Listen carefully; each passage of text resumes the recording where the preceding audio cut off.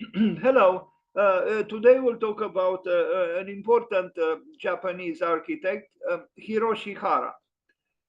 Let's see some pictures with this architect in his older age, but he doesn't look old, except that his hair is white. But I like the ambiance in his office with all those models and so on.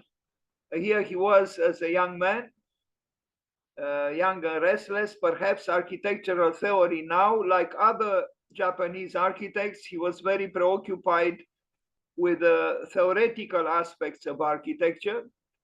And this is very common in Japan, where, creative architects, meaning those who deserve the name of architects, also have preoccupations, concerns with what we call theory. I don't know who the one on the left is, but the one in the middle is Arata Isozaki, and the one on the right, the architect we talk about today. We start with, let me just see. Unfortunately, it doesn't. I don't see the year when he was born. Anyway, we start with his own house, the Hara house in Tokyo, 1974. At that time already one could feel that there were some signs of the incoming postmodernism, in my opinion. Although in 1974 it was a little bit early, but I would say that there is a certain formalism which was then maybe exacerbated in the following years, towards the end of the 70s and early 80s, because of that subsidiary style, as Patrick Schumacher calls it, the postmodernism. He identified two, postmodernism and deconstructivism. Anyway, this is from 1974. Japan was already a powerful economic power, very powerful, and in architecture, this was shown that they experimented a lot, and the Hiroshi Hara was not the only one. You see a perfect symmetry, almost alarmingly perfect, but it shows the will of the creator, because architecture in general is the expression, with the exception of what's happening very, very close to our time, when one also talks about chains architecture or hazardous architecture, or found architectures. This was a willful architecture. In other words, the will of the architect is very clearly present. The design decisions were taken in a willful way, and this symmetry itself is an expression of will.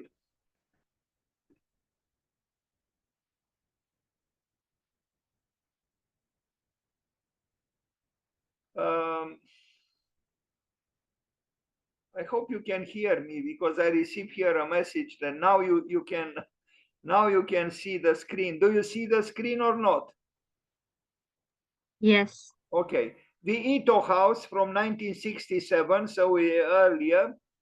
Um, yeah, it's a cube, but and you see he built another one, so I guess he repeated the same architecture at least two times.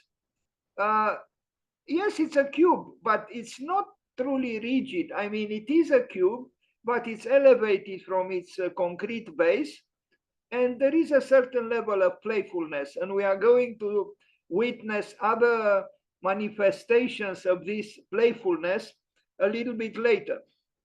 In Japan, the cube at that time was almost like dice. It was several architects played with a cube, almost like a child plays with the cubes. and they created all kinds of permutations, all kinds of different configurations, starting with a cube. And what else do we see here? This almost floating cube. It is supported by those columns, white columns, but because of the glass on the first floor, the cube asserts itself very explicitly as a cube. So Hiroshi Hara said, if we try to explain the design of an African village only using images of buildings or our impressions, it wouldn't be enough. We need more theoretical support and logical explanations, and we stand the chance of finding the roots and the origins of settlements more easily. For this reason, we need a system of language. Now, in the 70s, there was this, concern with semiotics and so on. For instance, we use the theory of fields as it appears in mathematics and the physical sciences. If you want to create a space of a light field, we can select a certain topology of light. Architecture, when understood as a field conditions, comes close to urban planning. Hiroshi Hara. But this is kind of interesting where you think of a building in terms of urban planning.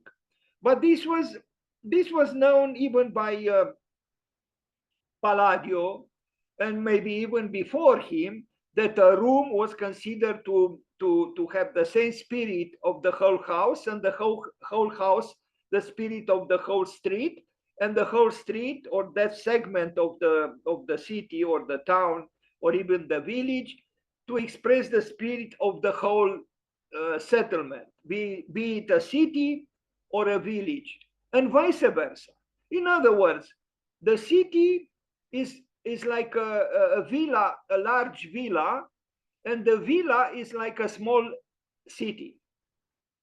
So the relationship between architecture, meaning a building, and urban planning has a certain level of fluidity, So is the same kind of organization. You can think of a room where you place the furnitures as an urban planner would place buildings within the area, the urban area he works in. So in this sense, again, a house is a small city, or could be seen as a small city, and the city could be seen as a large villa or a large house. Now, I don't know exactly what he did here. Again, he was experimenting theoretically, practically. I'm not really an expert in Hiroshi Hara. Maybe I should be, since I have the chance to talk about him. But this is just to incite you, the audience, if you are interested in what you see and what you hear, to continue to study and investigate what this presentation as an homage to him on his birthday shows.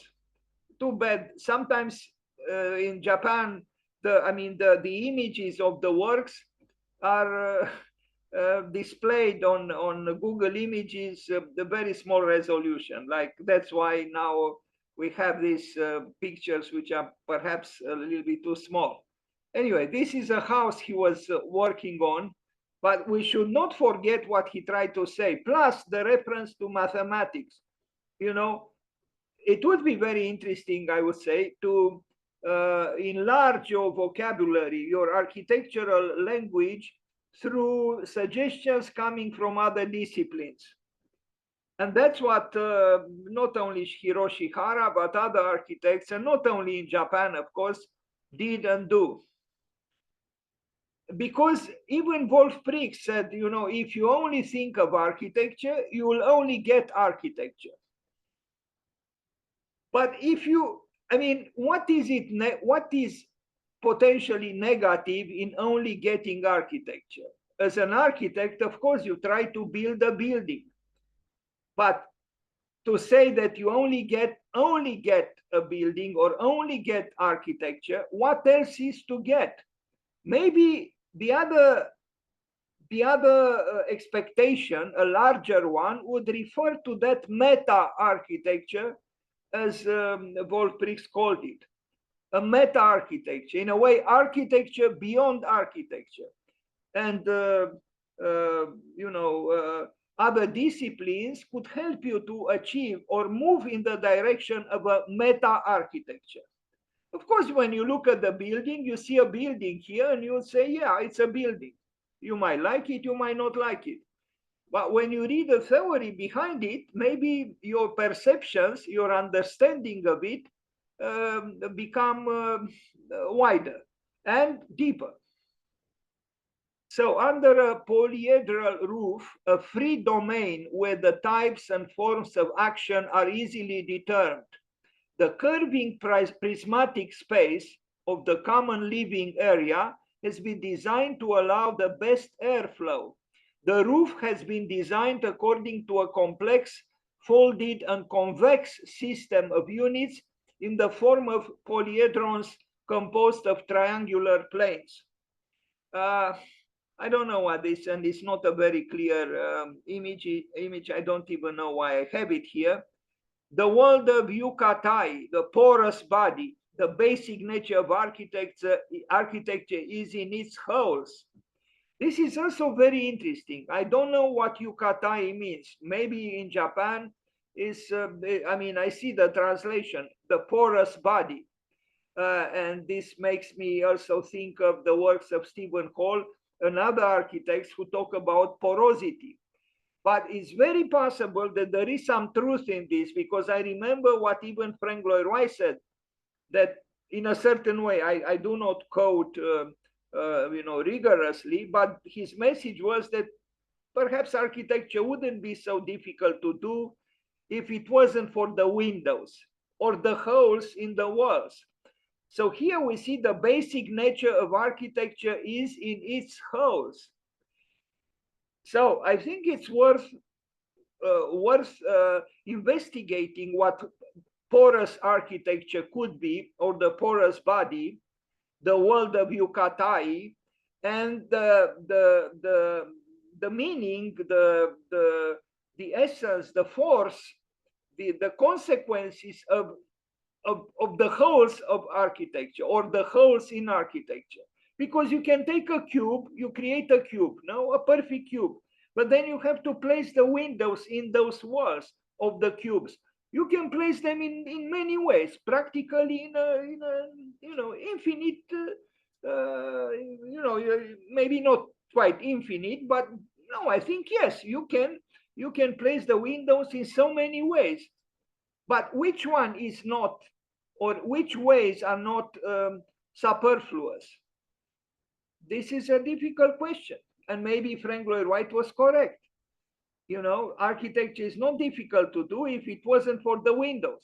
Where do you place the windows? Or where do you make the holes in what we call architecture, in the architectural body? Which in apparently through this concept in Japan, Yucatay, should be porous.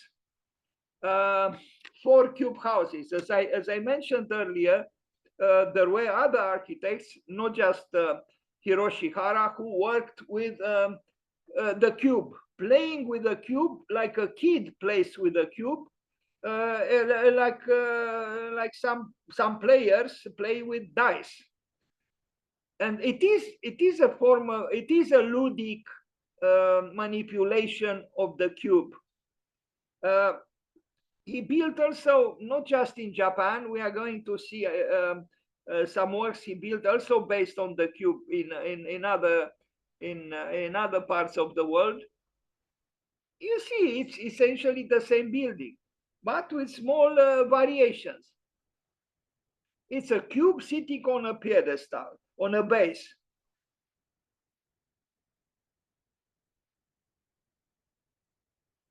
Four cube houses, Hiroshi Hara. Ginny Gang said that if it wasn't if there wasn't also an intellectual construct in life, life would be boring. She says something like this, and I would say that in architecture as well, If it's just a manipulation of forms and no some theoretical, background, it's possible that formal game, if we are to call it so, wouldn't be very satisfying. For example, when I was attending lectures at Columbia University in the 90s in New York City, the audience, I mean, the students in the Avery auditorium and the presenters were not very great fans of Frank Gehry, because they thought that Frank Gehry is just playing with forms, and there wasn't really, some kind of speculative thinking behind all that formal playing. Now, maybe in time they changed their mind. I don't know, but it is true that a theoretical discourse parallel or even intersecting in some form with the built work creates a richer reality. So I would say that yes, an architect who aspires towards a certain level of being an architect would welcome theory at all. After all, Andrea Palladio, I mean, he built many buildings. Did he need to write also those 4 books on architecture? Why did he write them? And why did other architects in Renaissance or after Renaissance or in modern times also create books, theories, systems of thinking, and so on? Because the thinking related to the art or act of building is also important.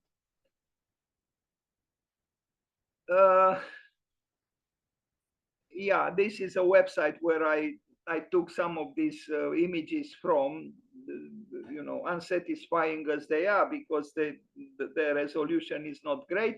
But we'll show other things by Hiroshi Hara in better ways. The Tasaki Museum of Art in Karuizawa, Nagano, 1986. Here we see a freeing of form, and we see a certain dialectical relationship between angular forms and curved forms.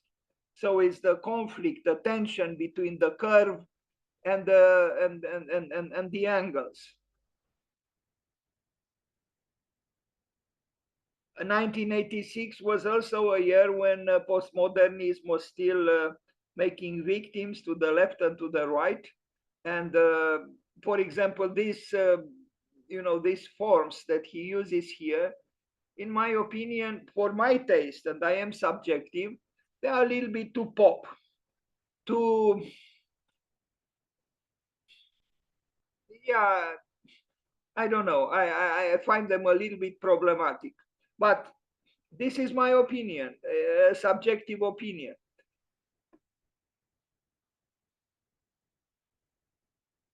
Because postmodernism aspired towards a certain architectural populism.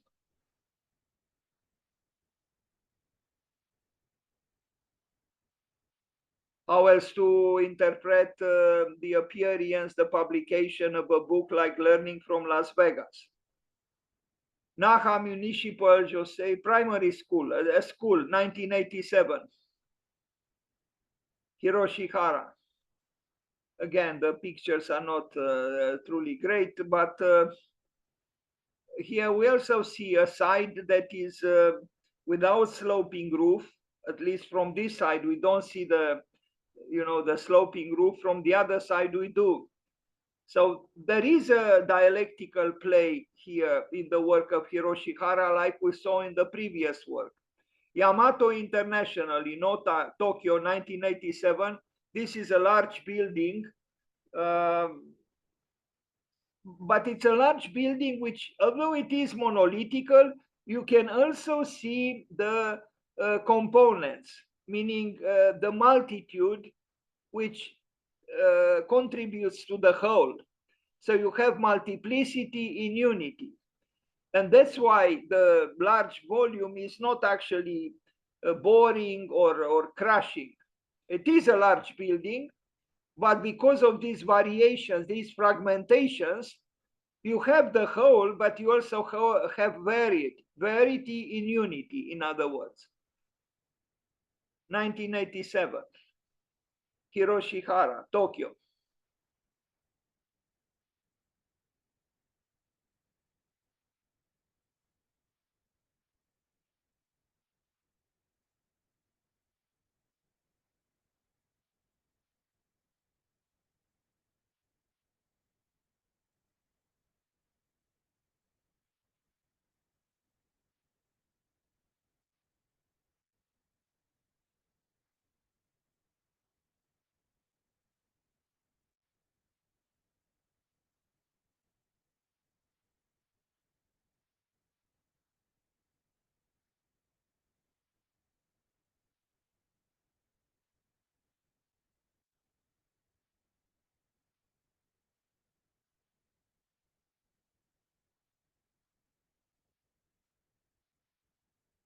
This is an uninhibited modernism.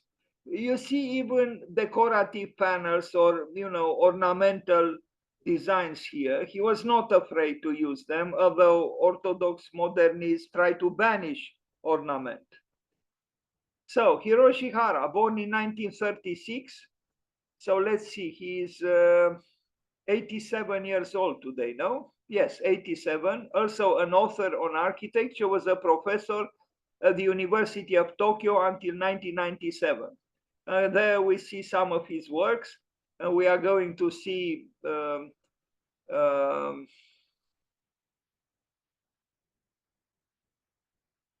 well, he died in 2007. This presentation is a little bit different from other presentations by me. I usually start with a short biography. For some reason, in this case, I didn't. So he actually died at 64 plus 7, 73. No, 71. Died at 71 in 2007. And here are shown some works by him, but he built others, and we started with those cubes and those houses that he built earlier. Here we only see the works from 1987 to 2007. Ito House, we saw this one already, sorry. The Ida City Museum in Nagano Prefecture, 1988.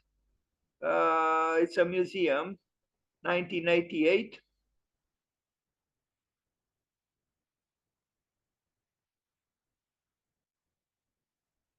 When I mention postmodernism, it's because of these forms that he uses here on the first floor. Like here you see again the will to form of the architect. A little bit decorative, a little bit capricious. Here I would say there can be seen the effect of postmodernism and a certain effect of an architectural populism, as I call it, which I find a little bit problematic. But the decorative shed that was promoted by Venturi, I guess, had an effect in Japan as well. But with the exception of what we see here, otherwise the building has, the vigor of a fresh expression of what the architect wanted to express. It's just here on the first floor where, in a certain way, the architecture um, mellows down a little bit. Another school, 1992. I so regret I don't have larger pictures. This is rather interesting with its, it's almost like a round school. I like the curvature on a large scale. Kind of unusual for a school building, and this scale, because you see it has four floors. Library, 1998. Now you wonder, what is this balcony here? What is its function? Where does it go? So, these balconies are, maybe capriciously chosen in terms of size and location, but they are also an expression, I would say, or could be an expression of of what knowledge is about. And the library is about knowledge, no? It's about breaking the box, it's about metaphorically aspiring for something that is outside of yourself and outside of the building that you are in. So, you could find symbolic meanings that save in a way what otherwise you might criticize because it's too capricious or superfluous. I think Voltaire was right when he understood that what we call the superfluous has its own, at least sometimes has its own meaning and its own raison d'etre. So the architect, in my opinion, cannot justify everything in terms of strict functionality. Because there is a subjective side, there is the ornament, there is the desire to transcend, pure function. And as such, architecture, I think, should be allowed here and there, from time to time at least, to become even, I'm saying it with a smile, irresponsible. Hiroshima Municipal Motomachi High School, another high school from 2000s, a big, a big high school indeed. Sorry for the picture again. This is in Hiroshima, but this is how Hiroshima looked like, after the dropping of the bomb. And after Hiroshima, as we know, the bomb was dropped on Nagasaki. Very sad, but although Hiroshima was like this in 1945, it became a reborn city. Look, another image from the criminal plane, probably, that dropped the bomb. I chose to show these images because I think we should do everything we can to oppose war. In case of a deadly war, there are no real winners. Everybody loses. And I'm surprised that, the invaders of Ukraine do not know this.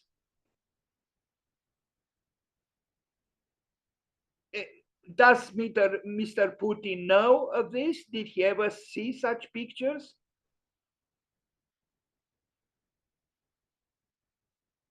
Or such pictures? This is not very dissimilar from how Rotterdam in the Netherlands looked like after the Second World War. This is what so-called Homo sapiens does to himself. We build and then we start wars and destroy everything. How could this be? Hiroshima. Hiroshima. Hiroshima. But it could be Ukraine too. A kindergarten, Keisho Kindergarten, also by Hiroshi Hara.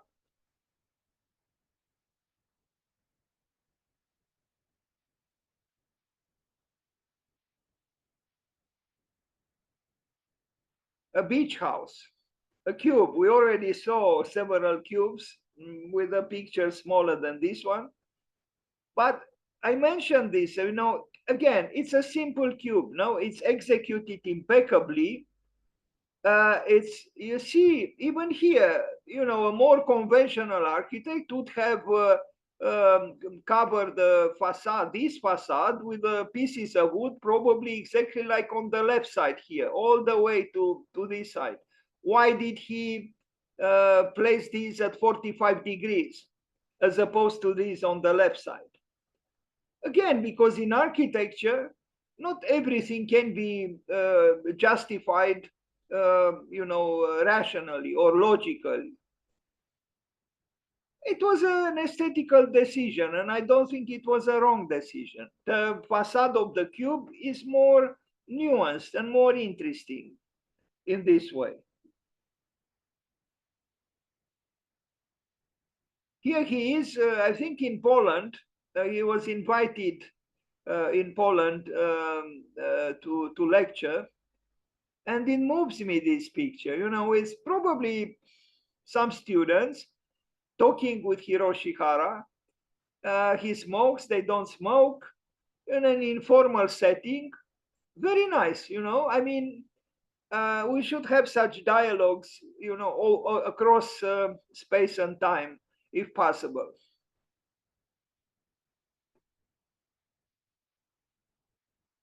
And look, he is here in no. These are other. So it's Arata Isozaki, Peter Eisenman, Toyo Ito, Tadao Ando, Rev Kolhas, and Charles Jenks.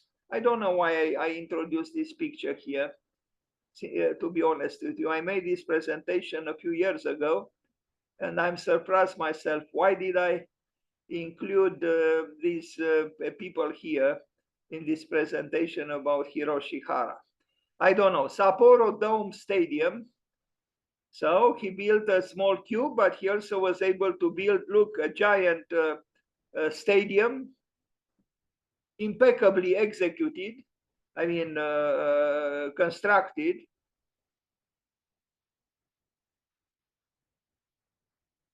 Truly impeccably.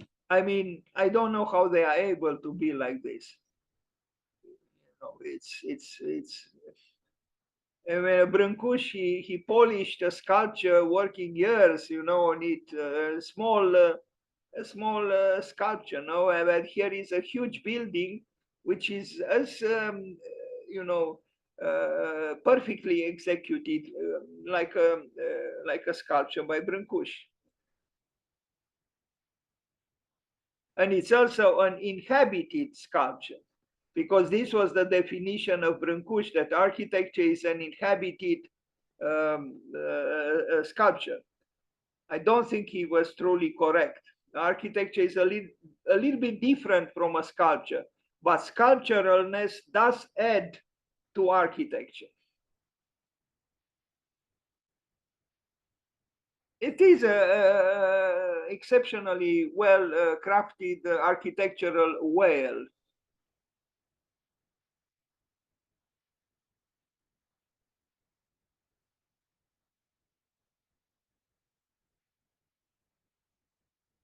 And we see again the balcony, if we have to call it so, enclosed as it is, springing from the roof of the building, maybe searching for the infinite, for the horizon, for the unknown.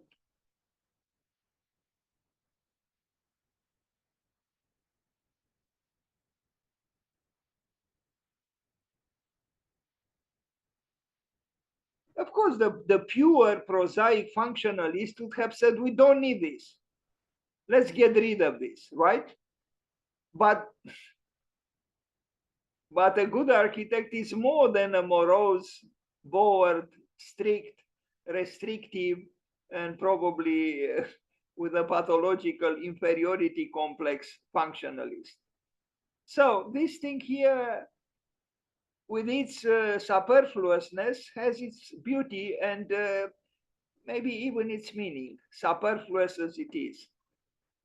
But I mentioned this before, quoting from John Ruskin. It seems that the beauty of the tail of the peacock is superfluous, but is the most beautiful. And John Ruskin probably was right. You know, the most beautiful things in nature and life are those that are the most useless. And you could say that this is useless too. Although I don't think it is, because it is an enclosed space, it is used. You contemplate the sky, the infinite, the horizon. I don't know.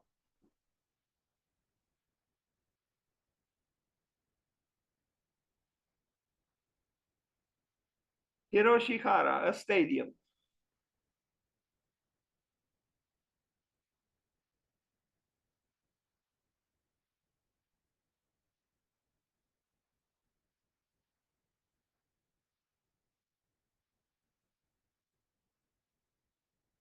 And now we arrive at, in my opinion, a beautiful work, the main train station in Kyoto. Kyoto being the city of, you know, the spiritual center of Japan. But this, I don't know actually, why did I include this here? I hope I come back to this, because this is a very important work. Sorry about this. This presentation needs some some work to improve. So this image is from the main train station in Kyoto. But I hope I show this work a little bit later.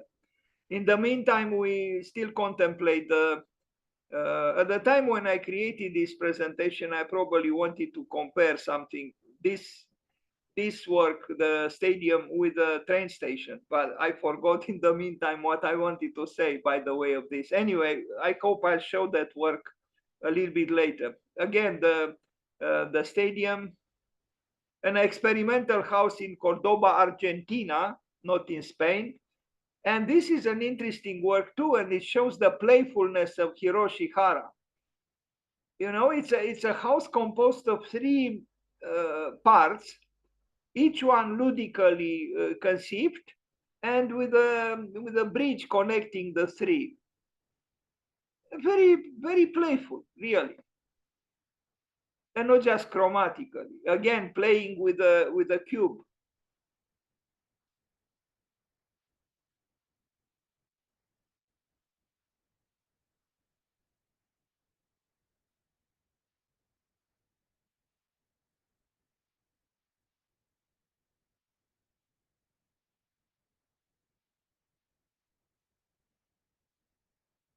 So we see here how he played with the windows and also with the doors, but particularly with the windows, the small windows.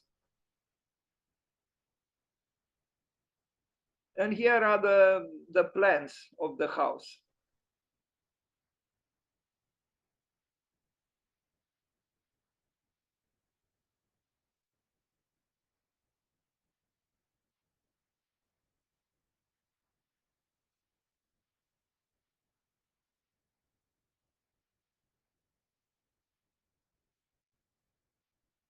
In, out, in, out, in. So, you know, you see here the love of the exterior that the Japanese have. So, you know, it's a house which is actually three houses. So, or there are three houses that together form one house. This can be seen also in some works by Tadao or Su Fujimoto or Kazuyo Sejima. They love the outside, but they also love the inside. So there is an interplay between the outside and the inside, a continuous interplay. This is a rendering at night. So again, this is in Argentina. Here is the architect.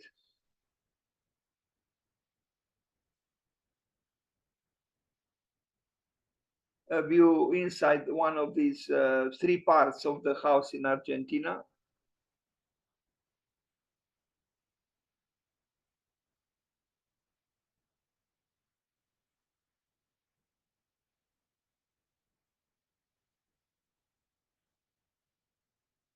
Again, Hiroshi Hara with his friends in Poland.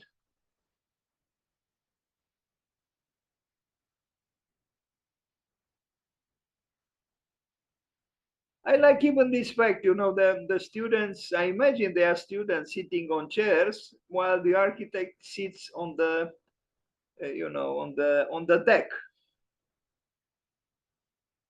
Now, yes, the Kyoto Railroad Station, a great work in my opinion.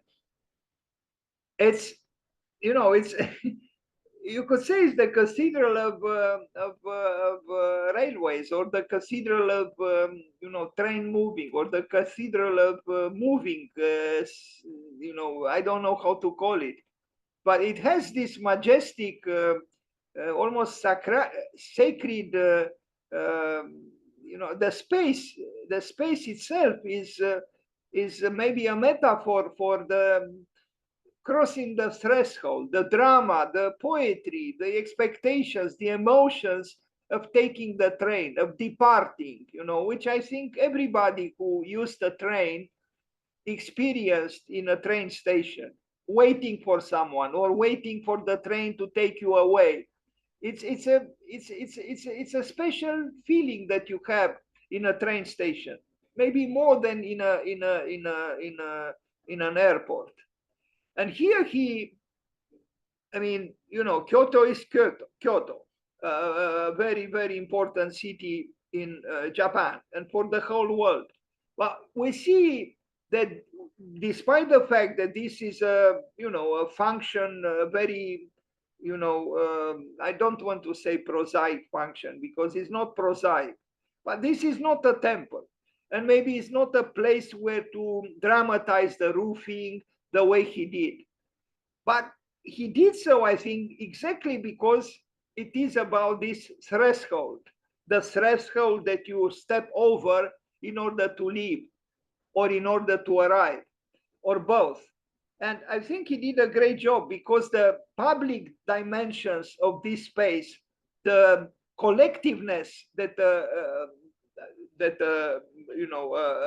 railway in general expresses here is magnified at the scale of maybe it's not just a metaphor for Kyoto, it's a metaphor for all the railway stations in the world. It's big, it's a big building, but he is able, like in other works that we saw by him, to problematize what could have been a crashing monolith through fragmentation.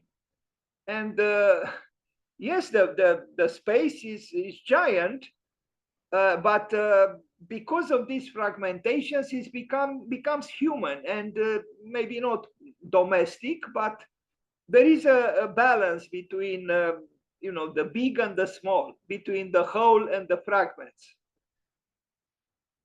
I like this train station. Well, towards the outside, this is not so apparent, but there is towards the outside also the ornamental treatment of certain architectonic elements, like the stairs here on the right. They become ornamental. It's a design on the facade of the building that connects, with other parts of the general design. You could say it's capriciously done. Yes, it's capriciously done, but I think like the tail of the peacock doesn't leave us indifferent because form is part of architecture, and if form is pleasant, the chances that we appreciate it, of course. Alvarado played with the diagonals of stairs, or the motif of the stairs in a building he built, which I like very much. I don't have here the image, but again, Alvarado showed the same thing, that you can transcend the ad literam treatment of a function with a concern for beauty or rhythm or aesthetical elements. This is a city within a city, this train station, the Kyoto railway station. Hiroshi, Hara. And look at this, this strong, urban, large, steep, long diagonal with escalators and even stairs.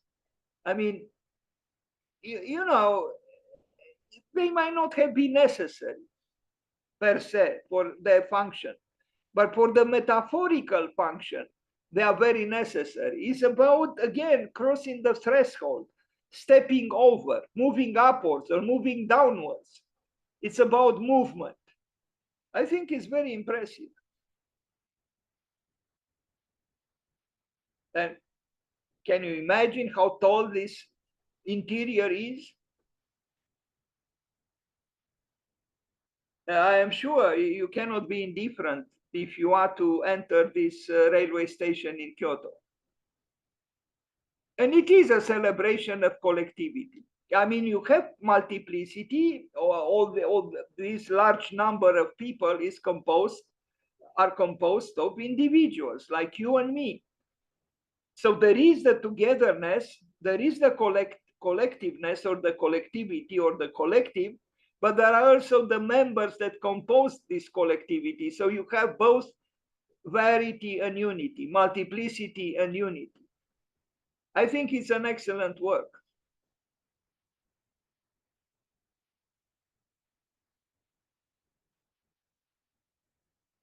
I'm surprised how generous it is in terms of space in a city which I'm sure is very, very, very dense. And Japan doesn't have so much space. But it seems they had space for this special, very special railway station in Kyoto. He also built a very special skyscraper, and we are going to see it soon after this one. It's almost an imago mundi, this railway station, really.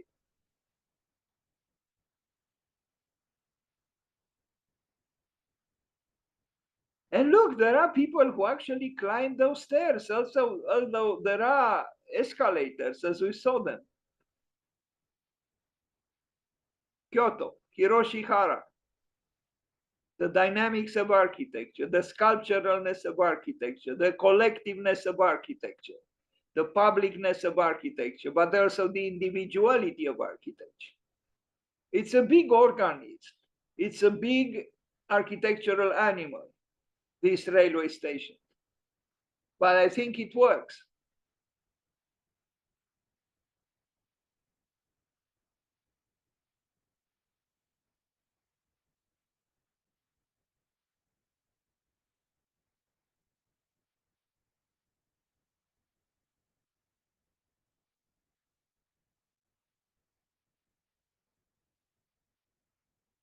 And here we see a detail which echoes the house we saw built by him in Cordoba in Argentina.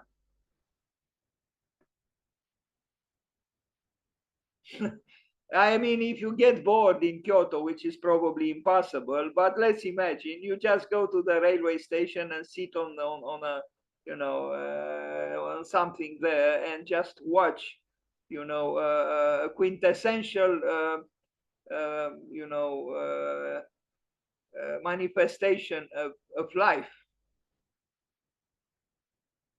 Now, the Umeda Sky Building, that's what I was referring to, is not in Kyoto, it's in Osaka, the city of Tadawando. And I think, I mean, it has a certain, the architecture has some elements of what one might call commercial architecture. Because it's a, you know, it's a large office tower, but because of the sky element, Umeda Sky Building, and you'll understand why the word sky appears there. Look at this. So there are two towers that he connected with the bridge, and with this unexpected third element, the one that brings into a conjunction the two towers. And here we see the drama of Russian constructivism built. And so there is a certain idealism here, a certain utopianism that all of a sudden transforms a really building or two buildings that in essence are corporate buildings, no? And you know, consequently, it's a commercial architecture into something else. All of a sudden, these towers, together with the element in between, what is at the top, becomes something else. It's more than just a corporate architecture. And it's more because of that sky, those three letters, SKY. All of a sudden, you realize that these buildings, which are on Earth, telluric, terrestrial, are not forgetting the sky, are not forgetting the celestial. And the celestial becomes even more apparent because it is not indifferently addressed, but through that hole in that built platform that unites the two towers at the top. I don't know if I expressed well what I feel, but I think they are very special towers. This is a very special architecture because of this third element, the in-betweenness, which takes a crystallized form through these diagonals that I'm sure they have a function. They bring people down and up to some rooms here, but the actual raison d'etre of what we see here is metaphysical. It's about the sky. It's not so much about the rooms around it. The whole is what matters here, because through this whole, you see, in a way, you appreciate the sky even more than if this thing was not here and it would have been just a, an uninterrupted view of the sky. I think it would have been less consequential and less dramatic and less meaningful even than in the case that Hiroshi Hara built. It's an I think it's a very interesting way to show that beyond our corporate needs and our office towers and our prosaic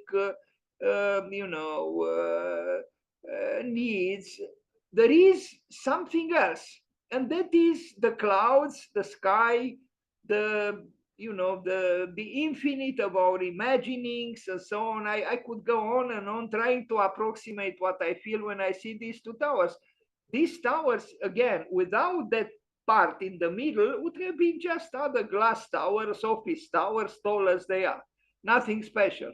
But here, what's in the middle is what differentiates them from other tall towers or office buildings. Look what is here. This is done for the gods, to put it bluntly. And yes, there is some struggle here. Yes, it's the struggle between the humans and the gods, and you can tell that there is a need for some effort and some contortions in order to arrive at the sky.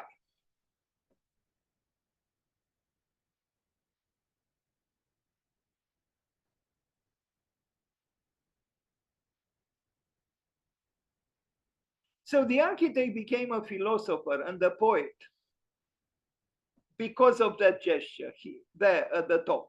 Otherwise, yes, two tall buildings with offices and so on. But what is in between them is something else.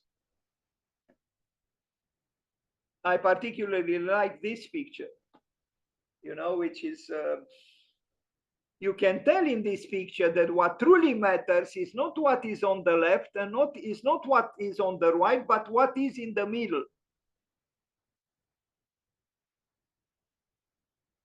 And the fact that what is in the middle is actually an interruption. There is a barrier, a frontier between me looking upwards and what is above it.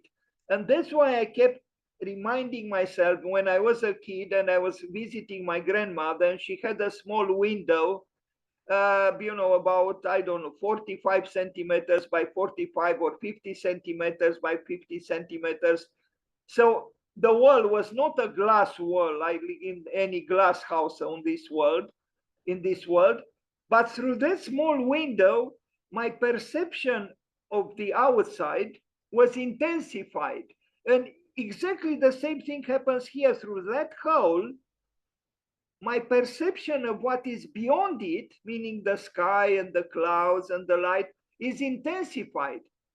What I'm trying to say is you don't need total transparency in order to have the feeling that you merge with the outside. And here also, it's through that circle, the physical and metaphysical presence of the sky, of the celestial, you could even say of heavens, is amplified, is intensified. This is what I'm tempted to feel and think. And then there is the journey towards it, through these escalators, going towards it, which the processuality in itself means something as well. Now, yes, the forms of the escalators is, rather mundane and predictable. It's true. But as a whole, I think the idea to connect these two towers in this way, without neglecting at all the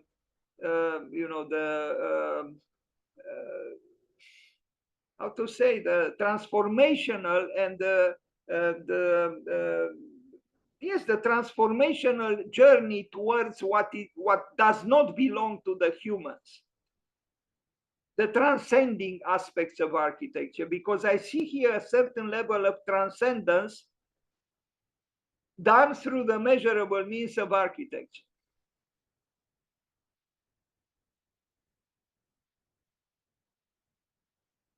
I have seen many dramatic pictures of this part of this building, this tower, or these towers by Hiroshi Hara. Now, the fact that the clients were willing to pay for this is admirable, and it can be and should be applauded.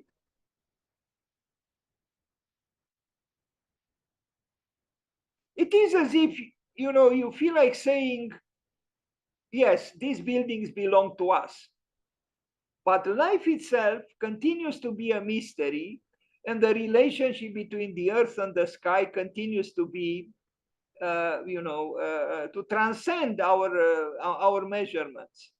There is a beyond, and somehow this building says something about this beyond.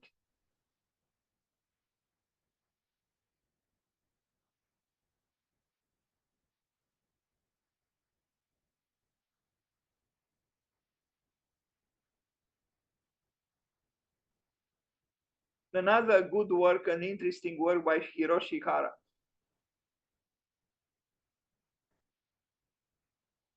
The floating garden, that's how they call it. Floating like les nuages, to use the words in French of Charles Baudelaire, the clouds.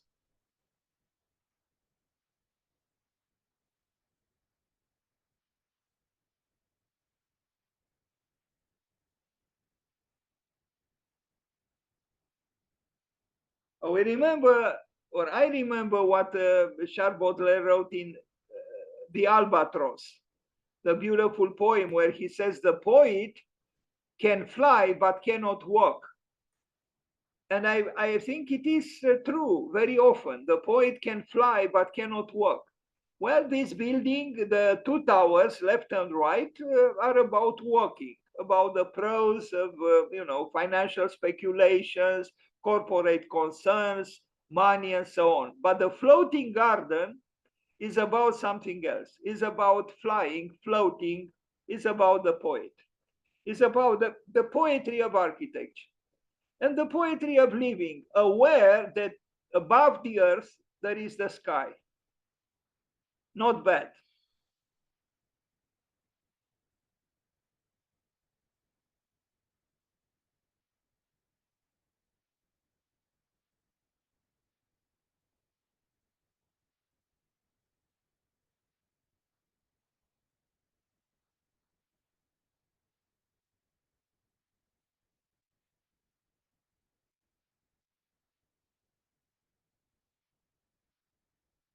I think you were able to read what I just read myself, although the writing is a little bit small.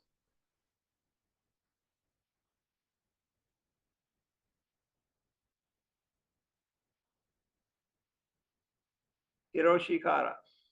Now the Komaba campus to University of Tokyo. Like in other works by other Japanese architects, and not only Japanese, we find examples also in the Netherlands and other places. The idea to bring the street within the building, the space of interaction. And you see here, it's, we don't see too many people right now in this picture, but it's about connecting. I mean, even, I can mention many architects who did the same thing, trying to bring the outside inside, the street inside, and create an inner street within the building.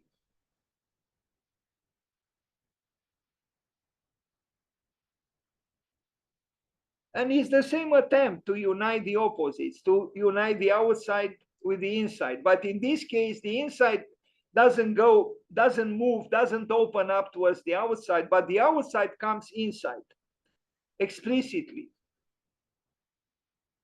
through bridges, through the corridors, open corridors, through the inner street within the building.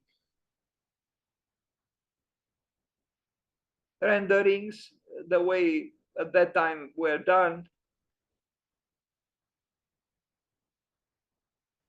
The magic of architecture. And I don't know what he is doing here. He's drawing something, I guess. I don't know where I took this picture from, but I do see the architect as a dreamer, as a poet. Okay, that's it. I'm not going to talk about Kazuoshi no Hara today, but today was the day of Hiroshi Hara because he was born on this day. Thank you. Well, I hope he was born on this day because I didn't write the day when he was born and the day when he died, but either he was born on this day, the 9th of September, or he died on the 9th of September. Either way, we pay homage to him. Thank you.